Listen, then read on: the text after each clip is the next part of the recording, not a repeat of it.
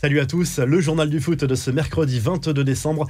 Dimitri Payet voulait visiblement régler ses comptes avec Jean-Michel Aulas, le meneur de jeu de l'OM, victime d'un jet de projectile le 21 novembre dernier lors du match entre Lyon et Marseille au Groupama Stadium avait publié, on s'en souvient, cette tribune dans le journal Le Monde la semaine dernière pour pousser un gros coup de gueule contre ce type d'incident. Et bien le Réunionnais voulait, selon l'équipe, aller beaucoup plus loin visiblement dans cet entretien. Il voulait dénoncer directement Jean-Michel Aulas, mais il s'est finalement rétracté. Aulas voulait, on le rappelle, reprendre cette rencontre contre l'avis de quasiment tout le monde.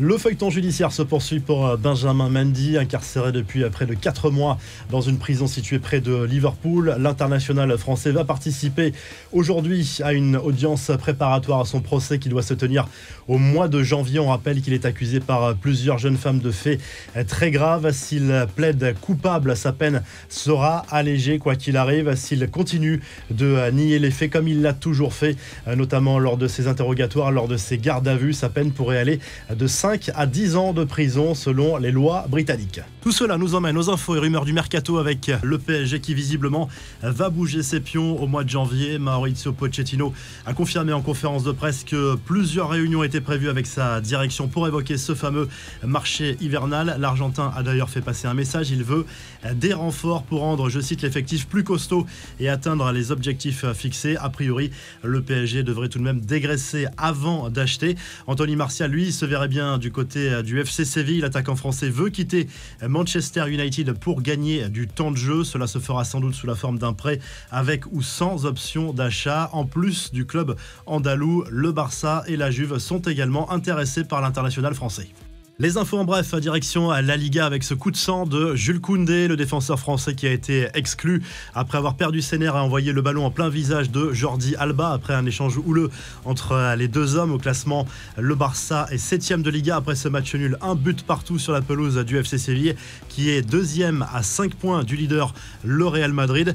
L'Inter Milan et l'AC Milan, eux, ont sélectionné leur projet pour leur futur stade, le stade Giuseppe Meazza ou San Siro qui va être reconstruit à neuf d'ici 5 ans. L'avenir du stade, de l'enceinte mythique de l'AC Milan et de l'Inter Milan est en question depuis plusieurs mois. Sera-t-il détruit? Sera-t-il rénové pour en faire un autre projet? C'est la question qui hante les tifosi pour le moment parce qu'ils sont très attachés à cet ancien stade. La nouvelle enceinte, elle, aura 60 000 spectateurs.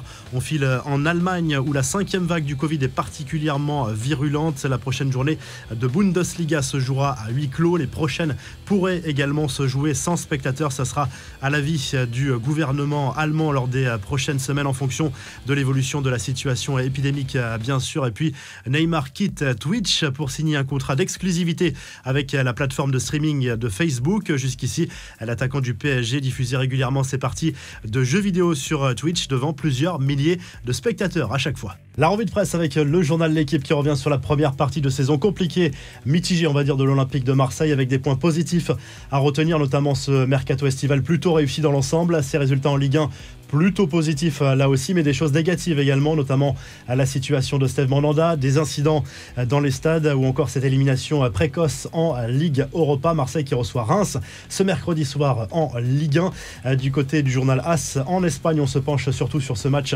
entre le Real Madrid et l'Athletic Bilbao au Pays Basque. Carlo Ancelotti qui doit composer avec de nombreuses absences du côté du club merengue, notamment Bale, Modric, Marcelo, Rodrigo, Alaba et Isco qui sont indisponibles, positifs tous au Covid-19. Et puis du côté de l'Italie, la Gazzetta dello Sport revient surtout sur ce succès de la Juve 2-0 contre Cagliari en Serie A. La vieille dame qui remonte tout doucement au classement et se rapproche de la zone de la Ligue des Champions. Moïse Kean a marqué encore une fois. Le leader, l'Inter Milan, reçoit le Torino ce mercredi soir alors que l'AC Milan joue à Empoli. Si le journal du foot vous a plu, n'hésitez pas à liker la vidéo, à vous abonner pour nous retrouver très vite pour un nouveau journal du foot.